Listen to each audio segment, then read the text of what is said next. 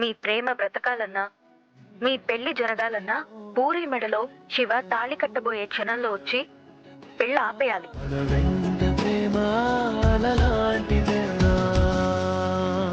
బావా, నువ్వేగా రమ్మన్నావు, వెళ్ళిపోతున్నావేంటి బావా? బావా ఏమైంది? నిన్ను చూసిన ప్రతిసారి నాకు ఆ గాయమే గుర్తొస్తుంది. నా మీద కోపంతో చెర్రీ గురించి మర్చిపోతున్నావు బావా. చెర్రీని బయటికి తీసుకురావాలి కదా.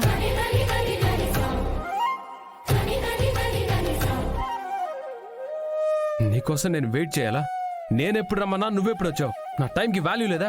ఎందుకు ఇంత లేట్ అయింది? యాక్చువల్లీ ఇంటి నుంచి ఇక్కడికి రావడానికి అరగంట పడుతుంది. నేను 20 minutesలో వచ్చాను. అదే కవర్ చేసినా కన్విన్సింగ్ గా ఉండాలి కదా బావా. హే, ఎన్నిసార్లు నీకు చెప్పాలి నన్ను బావా అని పిలవకు. సరే బావా. హే, పిలవకు అంటున్నాను కదా. అలాగే అంటున్నాను కదా బావా. చూడు, నేను నీతో గొడవ పడ్డానికి ఇక్కడికి రాలేదు. తెలుసు బావా, నన్ను చూడ్డానికి, నాతో మాట్లాడడానికి. మాట్లాడ్డానికా? అదే బావా, చెర్రీ గురించి చెప్పు బావా. లిల్లీని పట్టుకోవడానికి నువ్వు హెల్ప్ చేస్తానన్నావు కదా. ఇద్దరం కలిసి ప్రాబ్లంని సాల్వ్ చేద్దాం అన్నావు కదా. ఆలోచిస్తే ఆ ఐడియానే నాకు కరెక్ట్ అనిపిస్తుంది. కలిసుంటే కలదు సుఖం, కమ్మని సంసారం.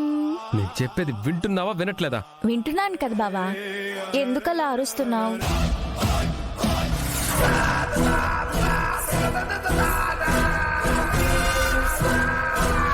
మనకి టైం ఎక్కువ లేదు. నెక్స్ట్ తీర్పు చెప్పేలోపు లిల్లీని పట్టుకొని ఎలాగైనా సరే తన అప్రూవర్గా మార్చి కోర్టులో నిజం చెప్పించాలి. దాని గురించే నీతో మాట్లాడదామని రమ్మని చెప్పాను. నేను కోర్టు దగ్గర చెప్పిందే నువ్వు నాకు ఇక్కడ చెప్తున్నావు. ఇందులో నేను కొత్తగా వినడానికి ఏముంది బావా?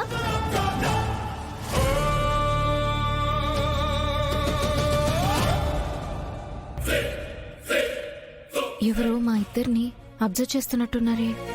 ఎవరై ఉంటారు?